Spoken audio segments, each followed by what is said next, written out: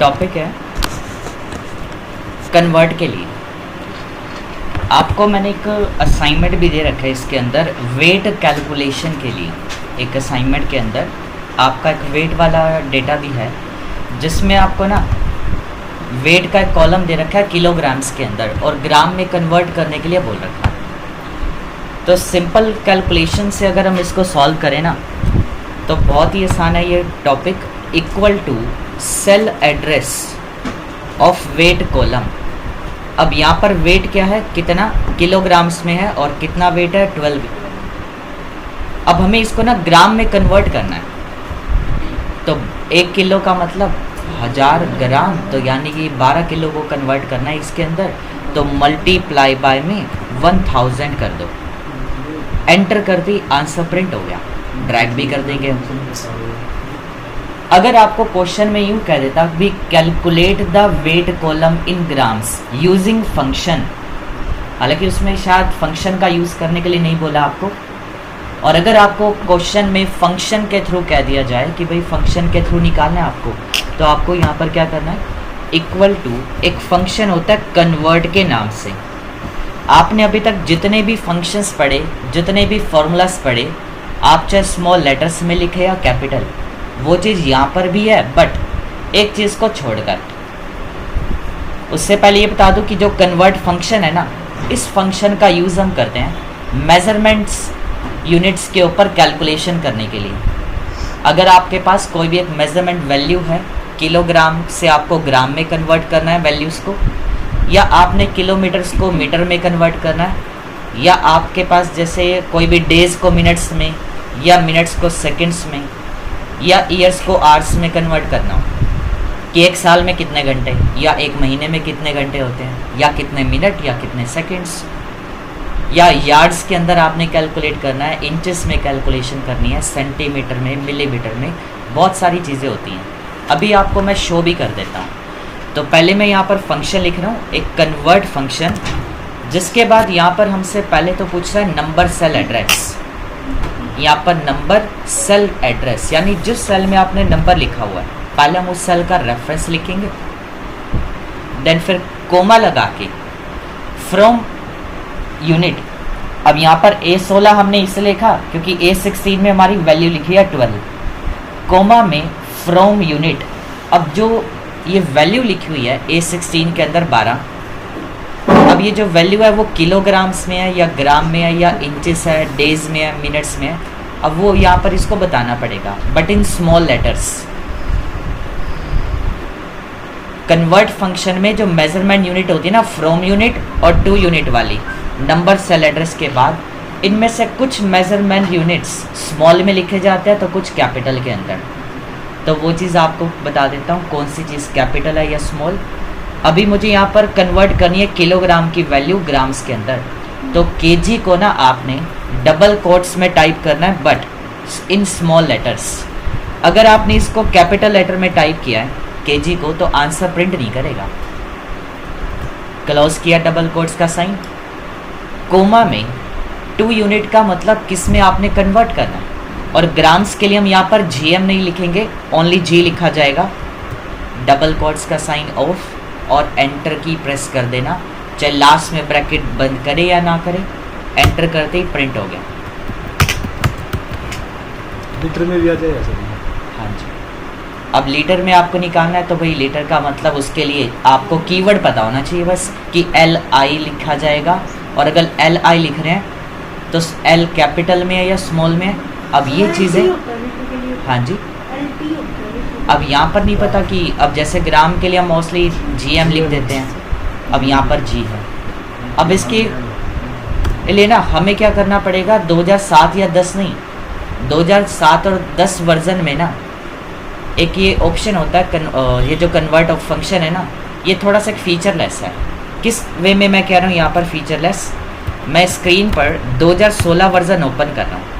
Open किया मैंने नया वर्जन, या 2013 है आपके सिस्टम में, 2016, 19 या 21, मीन्स 2010 से अपर वर्जन अगर कोई भी है तो इसमें देखो इक्वल टू कन्वर्ट जब लिखोगे ना, मैंने सेल का रेफरेंस दे दिया, वैल्यू नहीं लिखी, बट कोमा लगाते ही दिखा रहे लिस्ट। ये लिस्ट आपको शो नहीं करता पुराने वर्जन्स के अंदर। अब इसमें तो हम चेक भी कर सकते हैं कि किस मेजरमेंट यूनिट के लिए हमें क्या चीज़ टाइप करनी है डबल क्वाड के अंदर, कि कैपिटल में या स्मॉल में। आप इसमें स्क्रॉल डाउन करके देख सकते हैं, जैसे यहाँ पर एन कैपिटल में है, यार्ड्स में YD है, स्मॉल कैरेक्टर्स में है, यहाँ पे पिकैस में P कैपिटल है। बट कुछ खास है, ज़्यादा डीपली नहीं आता, कुछ कॉमन से ही आते हैं। जैसे आपको मैंने बताया किलोग्राम्स या ग्राम है, या आपने सेल्सियस को फ़ारेनहाइट में कन्वर्ट करना है। ठीक है, ये दोनों ऑप्शन पहले भी आ चुके हैं और असाइनमेंट मैंने इसलिए दे भी रखा आपको। और कोमा लगा के अब आप इसके अंदर डबल कोट्स में kg लिखेंगे और फिर कोमा में ग्राम्स में कन्वर्ट करना है। टैब दबा दिया इसमें, तो 70 आ गए यहाँ पर। ये होता है कन्वर्ट का फंक्शन। कर लेंगे इसमें, सेल्सियस में भी बताते हैं। अब मान के चलिए कि 70 हमारी किलोग्राम्स में नहीं है, ये सेल्सियस में है, आपको फ़ारेनहाइट में कन्वर्ट करना है। तो सेल्सियस का जो C होगा ना, वो आपने कैपिटल में लिखना है। अब सेल्सियस में C कैपिटल में है, kg और G के अंदर स्मॉल लेटर में था, और अगर आपने स्मॉल को कैपिटल या कैपिटल को स्मॉल में लिखा है, आंसर नहीं आएगा। चेक भी कर सकते हैं आप उसको अप्लाई करके। और कोमा में अगेन, अब यहाँ पर दिखा रहा है डिग्री सेल्सियस के लिए C कैपिटल में है और डिग्री फ़ारेनहाइट के लिए F कैपिटल। तो आप यहाँ पर फ़ारेनहाइट कैप्स में आएगा, एंटर प्रेस कर दिया, आगे यहाँ पर। एक मैंने असाइनमेंट में ना इसका फॉर्मूला भी दे रखा है, करा होगा आप में से किसी ना किसी ने।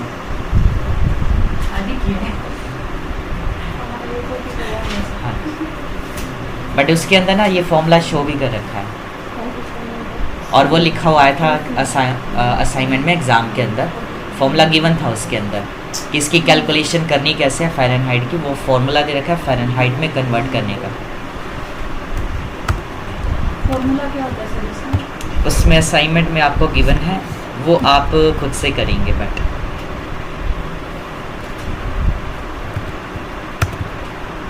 क्योंकि कुछ चीज़ें ऐसी होती हैं कि आपने जैसा क्लास में तो पढ़ ली, अब अचानक से कुछ थोड़े डिफरेंट पैटर्न में एग्ज़ाम में आ जाएगी। तो ऐसा ही ये वाला असाइनमेंट है जो अब मैंने क्वेश्चन में तो बच्चों को करवा दिए ये वाले कन्वर्ट के थ्रू।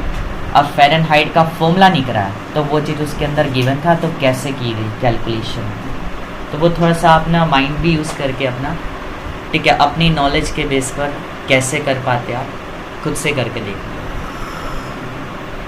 आपने मान के चलना है कि आप एग्ज़ाम में ही बैठे हैं उसमें, और सॉल्व करने के लिए आप टाइमर लगाया करें।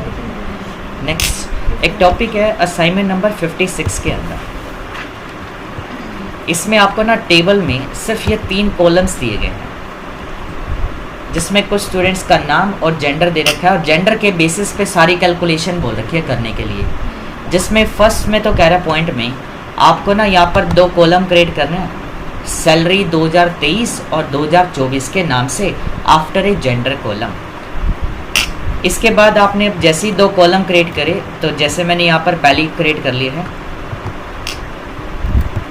ठीक है, salary 2023 and salary 2024, 2 columns create कर लिए। अब कैसे निकालना है इनको, कैलकुलेट कैसे करेंगे, सेकंड पॉइंट पढ़ते हैं इसके लिए। Get the salary on the basis of gender by using applicable function. अब फंक्शन तो आपको पता होगा कि भाई कैलकुलेशन क्या करनी है, इसने तो बस कंडीशन दे दी भाई यहाँ पर, ठीक है। यहाँ पर स्टेटमेंट में कह रहा है कि भाई 12,000 सैलरी लिखनी है फॉर फीमेल कैंडिडेट, और 10,000 सैलरी प्रिंट करानी है मेल कैंडिडेट्स के लिए फॉर एम्प्लॉयज़ इन 2023। 2023 में एम्प्लॉयज़ की सैलरी आपने फीमेल कैंडिडेट्स के लिए 12,000 और जबकि मेल कैंडिडेट्स के लिए 10,000। अब ये कैसे निकालेंगे, इसके लिए अब आपको फंक्शन यूज़ करना है, इफ़ फंक्शन का। इफ़ क्या हो, अगर जेंडर कॉलम में हाँ जी बताओ, आ जाओ आ जाओ, लगाना है क्लास, नेहा ने लगानी थी। अच्छा वर्जन चाहिए था आपको, दे दो पेन ड्राइव है आपके पास। कितनी तरफ से हो अभी लाइब्रेरी हो कोई आप? आ जाओ आप 1 घंटे में आ जाओ, ठीक है ना?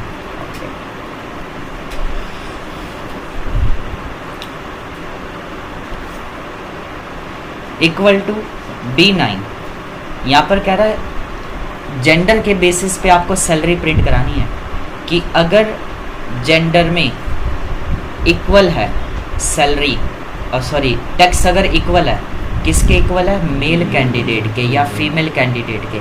जो भी आपने पहले लिखनी है वो आप लिख सकते हैं। अब क्वेश्चन में तो यहाँ पर दे रखा है कि पहले फीमेल का डेटा टेस्ट कराने के लिए, तो यहाँ पर आप क्या लिखेंगे? इक्वल टू का साइन।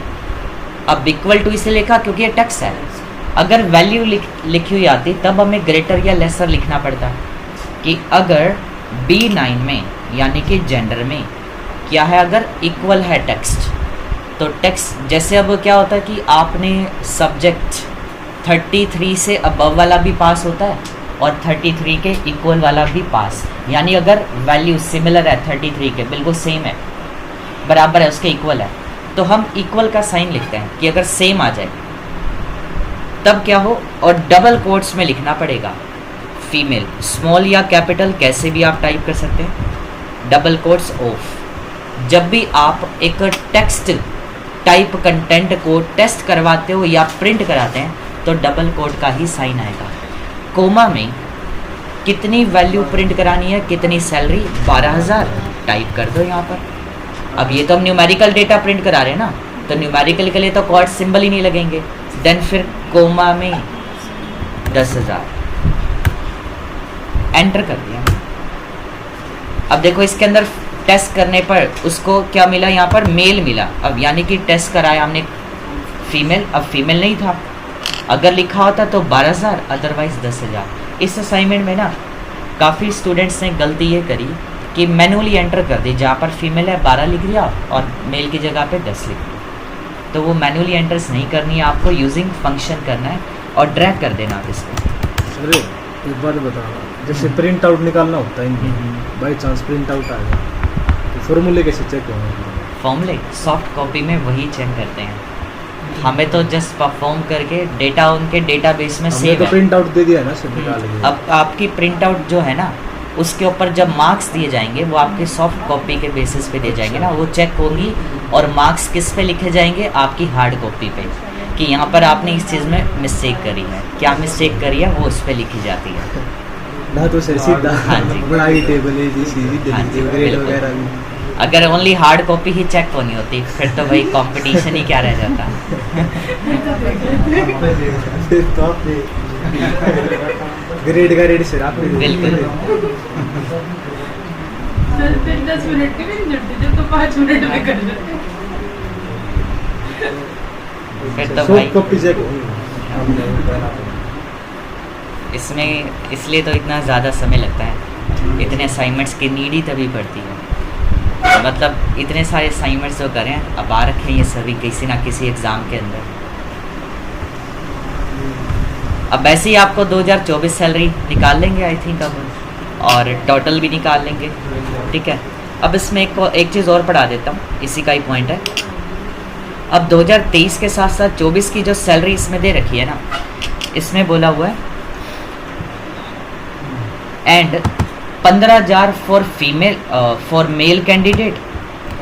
अब इसमें देखो मेल को पहले टेस्ट कराया जा रहा है, तो इफ़ कंडीशन जब आप लगाओगे ना तो उसमें आप मेल को पहले टेस्ट करा लो कि अगर मेल है जेंडर के इक्वल है तो 15,000, otherwise 17,000 for female candidates in year 2024। इसके बाद आपको ना अब एक्सपेंसेस भी निकालने हैं 2023 और 2024 के, निकाल लेंगे इफ़ कंडीशन के थ्रू है, कर लेंगे या बताएं? चेक तो कैसे भी करा लें, जरूरी है फीमेल बता दो पहले दे दिया तो सारे फीमेल बता दें। चलिए मैं कंप्लीट कर देता हूँ। इफ़ जेंडर में इक्वल है मेल कैंडिडेट के टेक्स्ट, यानी अगर जेंडर में मेल लिखा हुआ है तो कोमा में हम चाहते हैं 15,000 सैलरी, अदरवाइज में 17,000 सैलरी। एंटर कर दिया। अब यहाँ पर इस बात से लड़कियाँ बहुत ज़्यादा खुश होती है, हमारी सैलरी ज़्यादा है। फॉर्मूला है ना। हाँ जी लीजिए, उसमें हमने पहले फीमेल लिखा था और यहाँ पर जस्ट एक मेल लिख दिया बस। सर जैसे इसमें दे रखा है रिवर्स में भी करवा सकते हैं, जैसे उधर जो हमने लिखा था इधर आगे तो वो formula copy paste master number change कर देते हैं डायरेक्ट, गलत कैसे कॉपी पेस्ट करके दिखाऊँ, गलत हो जाएगा। नहीं वो सेल रेफरेंस सारे चेंज करने पड़ेंगे, वैल्यू भी चेंज करनी पड़ेगी आपको, सेल रेफरेंस भी वैल्यू भी, और नहीं रहेगा ना वो चेंज हो जाएगा, उससे नेक्स्ट वाला पिक कर लेगा, C9 हो जाएगा, वो करके देख लेना।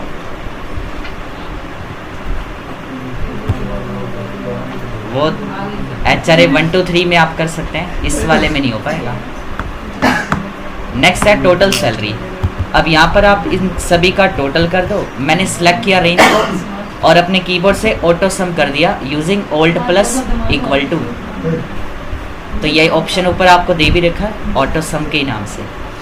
अब इसके बाद बोल रखा है आपको दो और कॉलम बनाने हैं एक्सपेंसेस के, 2023 एक्सपेंस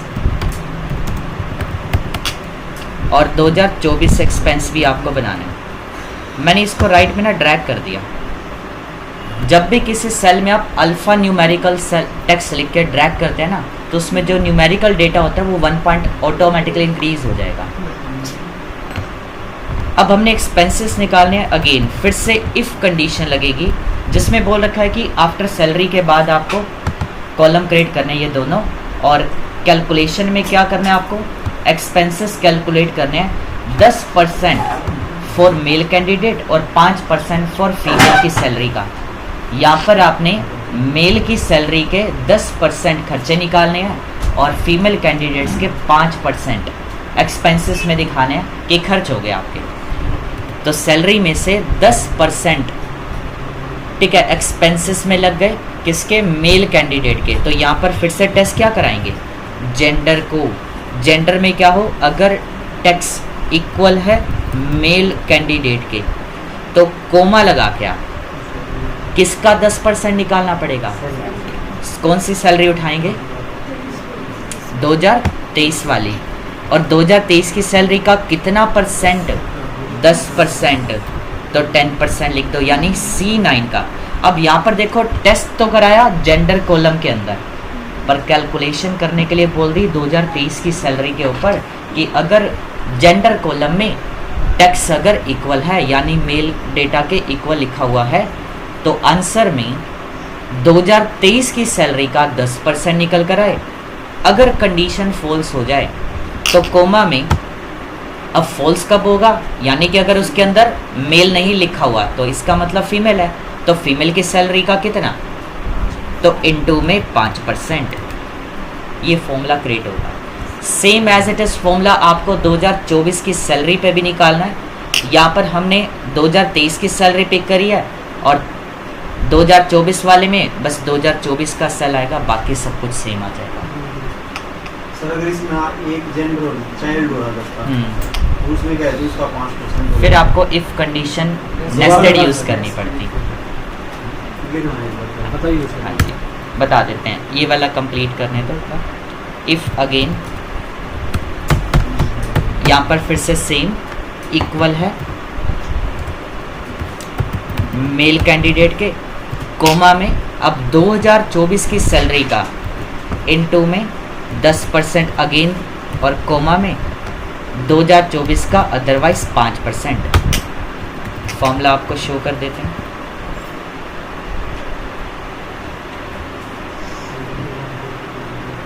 अब आपने अगर इसके अंदर चाइल्ड के लिए अलग लगाना हो, मेल फीमेल ट्रांसजेंडर लिखना है हमने, तो उसके लिए आप क्या कर सकते हैं, यहाँ पर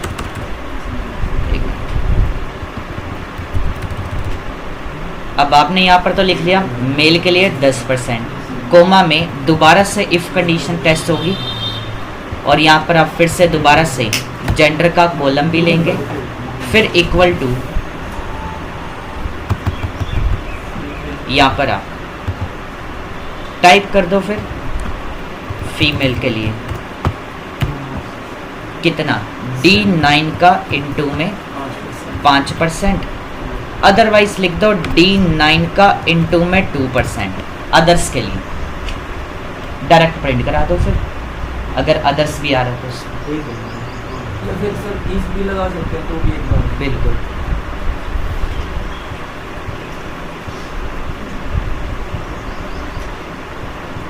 अगर 2 से ज़्यादा आ जाए तो अदर्स के लिए आप डायरेक्ट प्रिंट कर दो, फिर अब आपको नेस्टेड इफ का यूज़ करना पड़ेगा इस समय। लिखना चाहे लिख लो,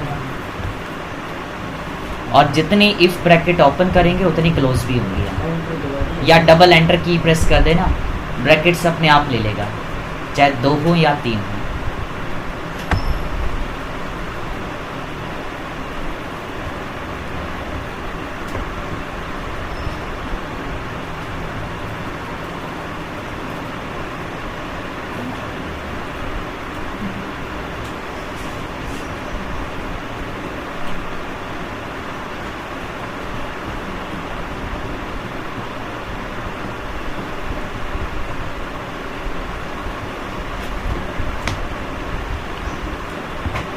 डन।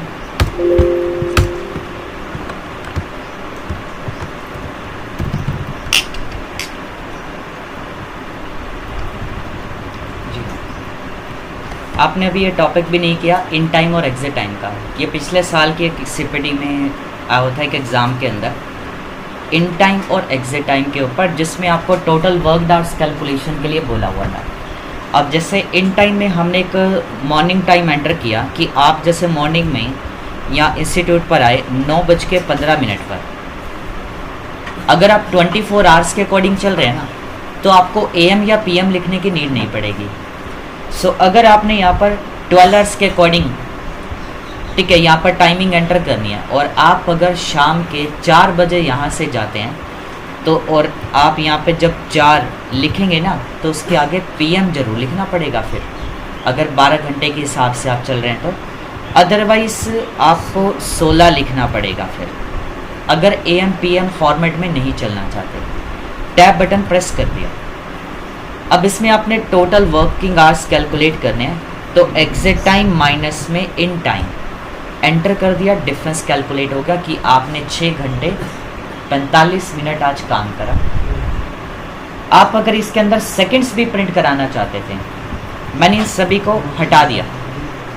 तो जब आप टाइमिंग एंटर कर रहे थे कि 9:15 कोलन लगा के, अब हमने यहाँ पर लिख दिया 25 सेकेंड, ये भी प्रिंट कर देगा।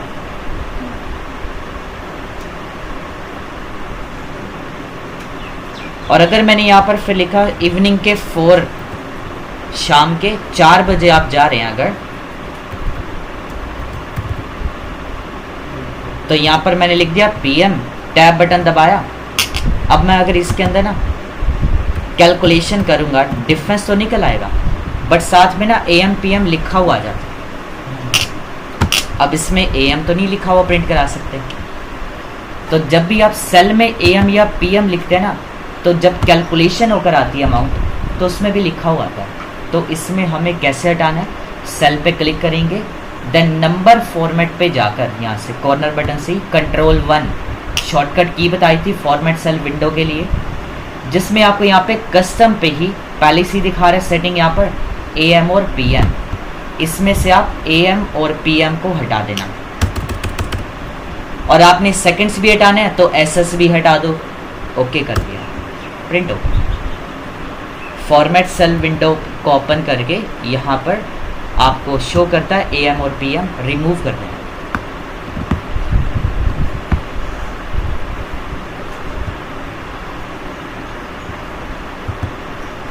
सिक्सटी असाइनमेंट आप में से किसी के हुआ कंप्लीट? और अच्छा, आपके पास 3 एक और भी होंगे, 60, 1, 2 और 3 भी, वो भी कर लिए आपने?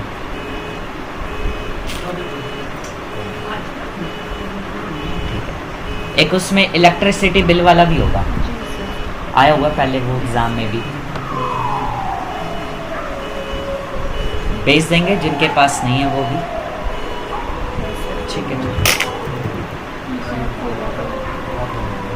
और अभी मैक्सिमम कितने टाइम में कवर कर लेते हो एक्सेल का असाइनमेंट सर आप?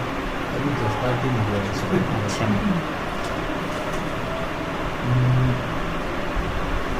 कितनी देर में कर लेते हो सर आप?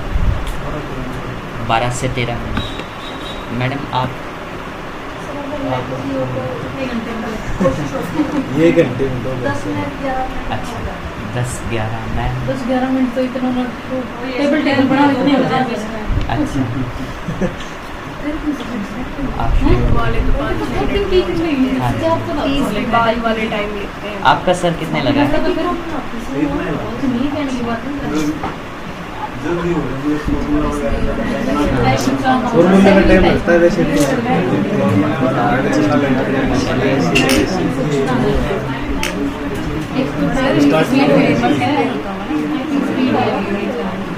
जो आपने वीडियो डाल रखी है ना सर करके लेकर आओ पहले चेक कराना पड़ेगा। एक्सेल की वीडियो डालोगे ना आप? हाँ जी। एक्सेल की डाल उससे देख के हो जाएगा ना 40 तक तो पहले बनाए रखे हैं।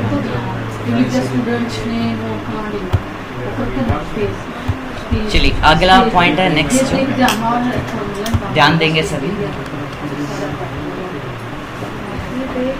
होम टैब एक बार ही चेक कर लेते हैं, कुछ पॉइंट ना रह गया हो, कंप्लीट कर लेंगे फिर हम,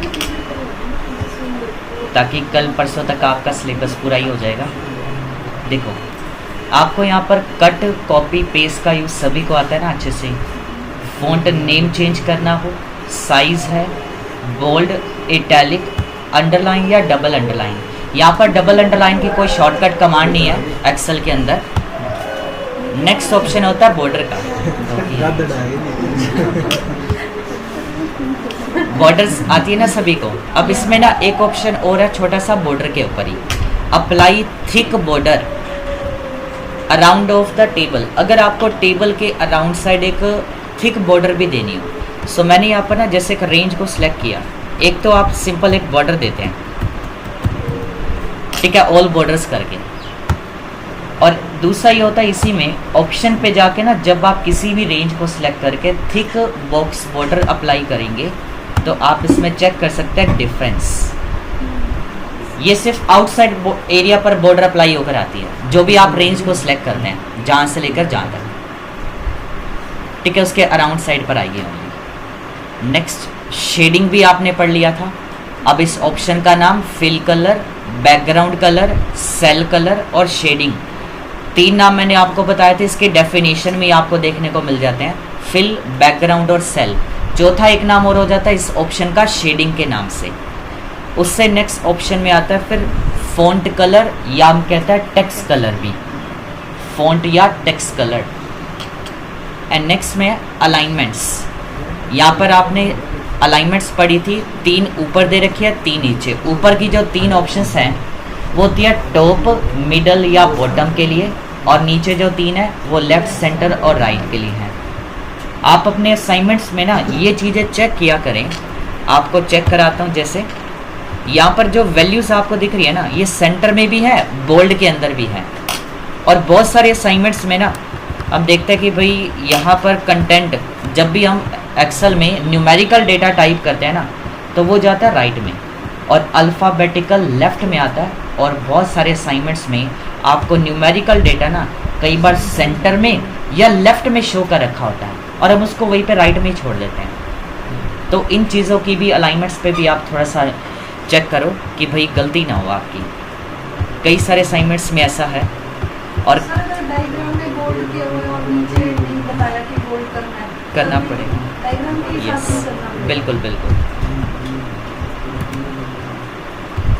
इसके बाद आता है टेक्स्ट ओरिएंटेशन के नाम से। टेक्स्ट ओरिएंटेशन, किसी भी सेल में आपने अगर कोई टेक्स्ट लिखा और आप चाहते हैं कि भी रोटेट करना है। अब YouTube पर एक बच्चे ने कमेंट में भी डाल रखा था और शायद ग्रुप में भी किसी ने भेज रखा था, आई थिंक। तो जब आप रोटेशन करते हैं ना तो उसमें जो सेल की जो बॉर्डर होती है ना वो इसी तरीके से ही आपको दिखाई देगी, ठीक है। और सेम टू सेम आपका ऐसा ही आपको प्रिंटिंग में भी शो करेगा। तो ये चीज़ गलत नहीं होती, आपका ऐसा ही रहेगा, क्योंकि यहाँ पर जब आप टेक्स्ट को रोटेट करते हैं, ऑप्शन का नेम है ओरिएंटेशन। अब इसको हम टेक्स्ट ओरिएंटेशन का ऑप्शन या रोटेशन भी कहते हैं। तो अगर क्वेश्चन में आता है ना कि change the orientation of text या फिर आ जाए रोटेट द टेक्स्ट, तो इसका मतलब ये दोनों ही ऑप्शन सेम है। क्वेश्चन में आ जाए रोटेट द टेक्स्ट या लिखा हुआ आ जाए change the orientation of text, तो दोनों का मतलब यहाँ पर सेम ही रहेगा। सर एक में मैंने रोटेट किया तो दिखाया ही नहीं, तो दो एक से दिख रहे। वो आप फिर असाइनमेंट चेक करा दो, क्योंकि काफ़ी बार ऐसा होता है कि आपने कोई कंटेंट डिज़ाइन किया तो उसमें हाइट या विड्थ हमें थोड़ा सा सेट करना पड़ता है। उसको बढ़ा दो। हाँ जी, हाँ जी, यस बिल्कुल। ए सेल में लिखना और उसके बाद रो की हेडिंग height। रो बाय रो करना। हाँ जी। बढ़ानी पड़ेगी। इसी में आपको और ऑप्शन भी दे रखा है कि रोटेट टेक्स्ट अप या रोटेट टेक्स्ट डाउन में भी। सर जैसे 8 एक सेकेंड। अब इसमें आपको एक और ऑप्शन भी मिलेगा इन सभी के अलावा, फॉर्मेट सेल अलाइनमेंट के अंदर, जिसमें आपको ना क्वेश्चन में अगर कभी भी यूँ कह दे कि भाई 45 डिग्री या 35 डिग्री पे रोटेट करना है, तो इसी में लास्ट ऑप्शन पे क्लिक करने पर इसकी फॉर्मेट सेल विंडो में यहाँ पर दिखा रहा है कितनी डिग्री पर, हमने यहाँ पे कर दिया 35, ओके कर दिया तो वैसे ही हो जाएगा। अब अगर हमें यहाँ पे A1 सेल का डेटा रोटेट करना है तो कुछ ऐसा हो जाएगा टेक्स्ट, और ऐसा ही दिखाएगा सेम प्रिंटिंग में भी, प्रिंट प्रीव्यू भी आप चेक कर सकते हैं इसके लिए। और उसी सेल पे वापस क्लिक करके ना सेम ऑप्शन पे अगेन क्लिक कर दो हटाने के लिए, और अगर आपने टाइप करके किया वैल्यू में कि 35 डिग्री 45, तो आपने जहाँ पर टाइप किया था ना 35 45 उसको वापस ज़ीरो कर देंगे फिर हम। और क्वेश्चन में कई बार अगर ये आ जाए कि आपको टेक्स्ट की अलाइनमेंट ना सेंटर अक्रॉस सिलेक्शन करनी है, एक तो आप सेंटर करते हैं और इसी में अलाइनमेंट सेटिंग ऑप्शन पे जाकर यहाँ पर आपको अलाइनमेंट्स नहीं, या लिखा ना हॉरिजॉन्टल जनरल लिखा हुआ अभी, इसी के नीचे आपको जस्टिफाई भी मिलेगा और अक्रॉस सिलेक्शन भी। सेंटर अक्रॉस सिलेक्शन का जो पॉइंट है ना, अभी तक के एग्ज़ाम में सिर्फ एक ही बारी देखने को मिला है HCM के एग्ज़ाम के अंदर, इससे पहले और किसी एग्ज़ाम में नहीं आया, ना ही जस्टिफाई आया, जस्टिफाई तो अभी तक नहीं आया।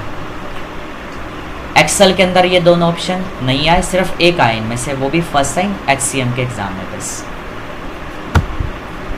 अभी जो लड़का आया था वो भी उसी में उसकी सिलेक्शन हो रखी है। सर वो मिठाई नहीं देते हैं। हाँ दे चुका है आई थिंक। चलिए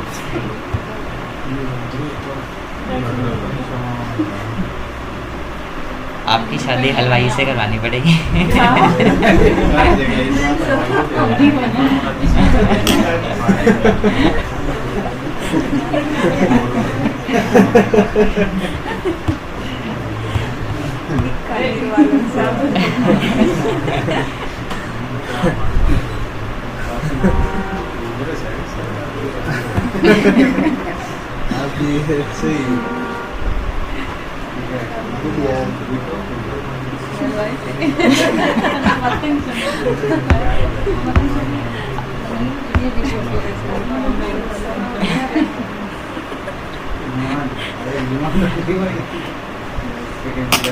चलिए अगला है नेक्स्ट रैप टेक्स्ट।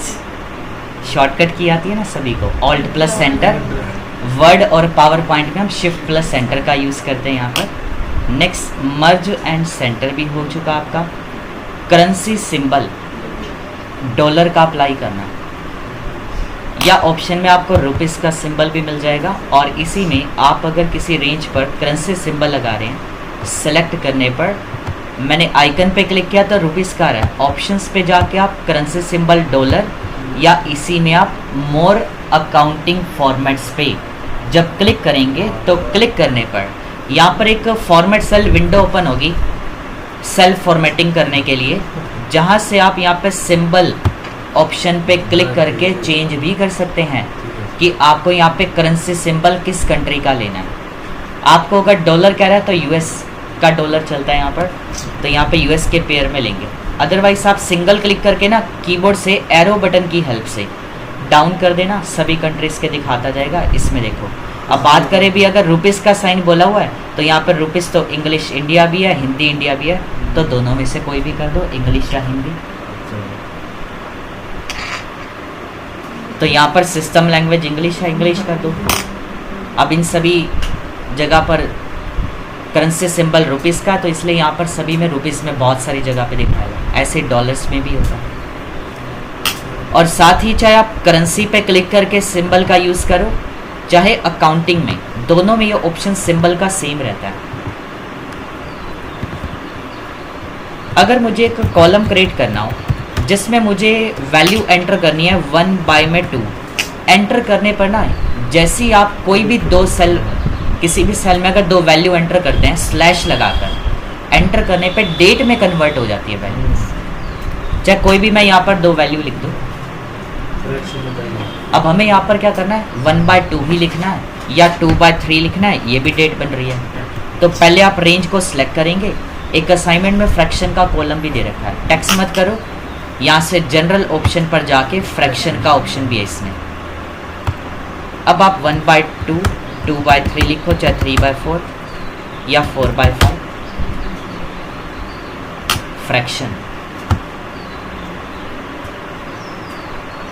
तो जैसे इसमें आपने सारा सिलेक्ट कर दिया पूरा कॉलम, तो फिर फ्रैक्शन पे जाके एक बार क्लिक कर दिया, ऐसे ही अगर 1.2.1 लिखना पड़ा तो बार बार टेक्स्ट में जाना पड़ता है। टेक्स्ट क्यों जाना पड़ेगा, आप पहले ही सिलेक्ट कर लो, एक साथ कर लो, सिंगल सिंगल क्यों करेंगे?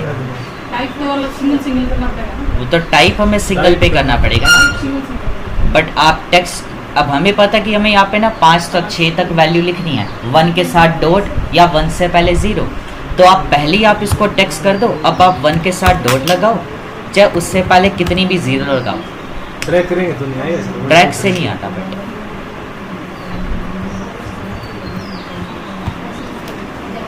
आपका क्वेश्चन ये भी हो गया था 1000 सेपरेटर का।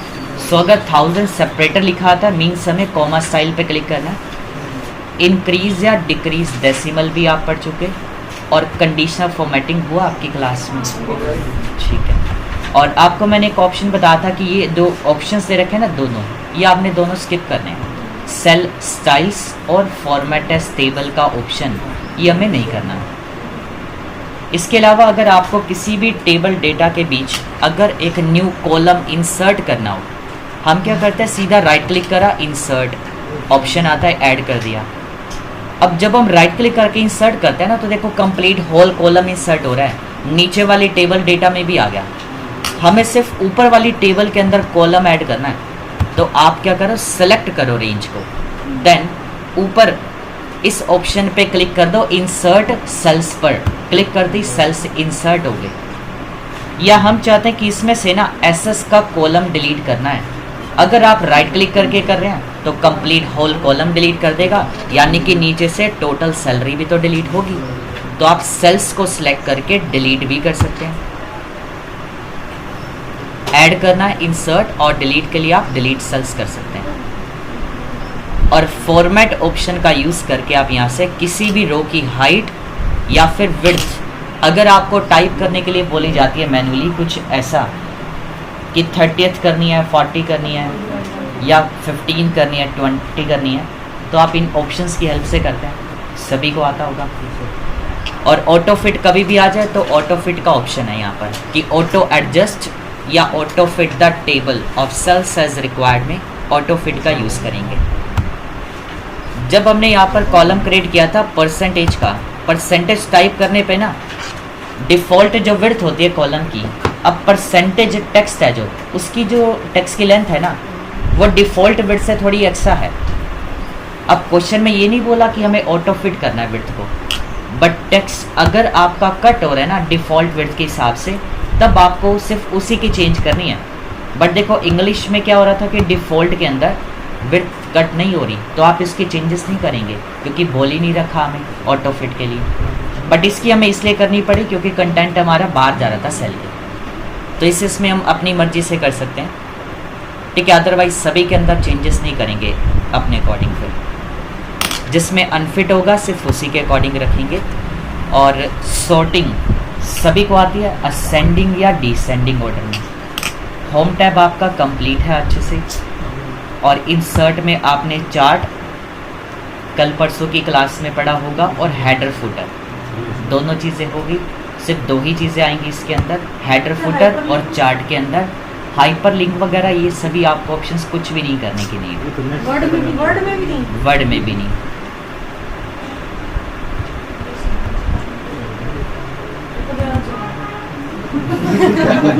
नेट तक कनेक्टेड हो नहीं, ये ऑफलाइन भी काम करते हैं, ऑफलाइन भी बिल्कुल करते हैं। लिंकिंग 2 टाइप्स की होती है, इंटरनल एंड एक्सटर्नल। और ये वर्ड आर्ट और सिग्नेचर लैंग्वेज ये सारे आपने इसमें से picture, shapes, clip art, smart art, diagrams ये आपने वर्ड में पढ़े थे, सेम एज इट इज़ यहाँ पर आपने करके देखने हैं। जो चीज़ें आपने वर्ड में पढ़ी थी इंसर्ट की, वो इसमें आप सेम वैसे ही कर सकते हैं। बिल्कुल। फाइल पाथ जब अप्लाई करते हैं तो सर जी हाँ। तो इतना बड़ा क्या मतलब वो फाइल का एड्रेस ही है, वही पाथ है वो। उस पे क्लिक करके हाँ जी, जरूर तो चेक करेंगे। फाइल पाथ का मतलब फाइल लोकेशन, कि कंप्यूटर में फाइल की लोकेशन कहाँ पर है इसकी, जहाँ पर वो सेव है। सर ये सिग्नेचर लाइन वाला नहीं आएगा इसका पार्ट नहीं है। बाद में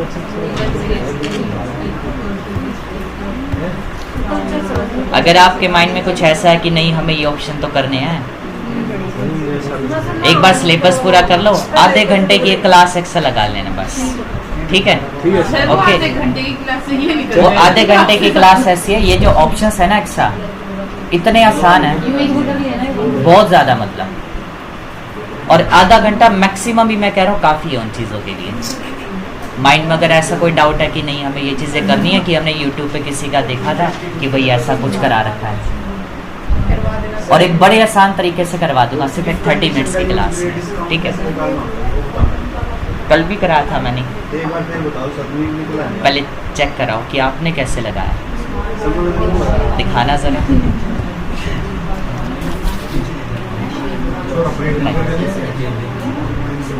गलत कर दिया पूरा आपने,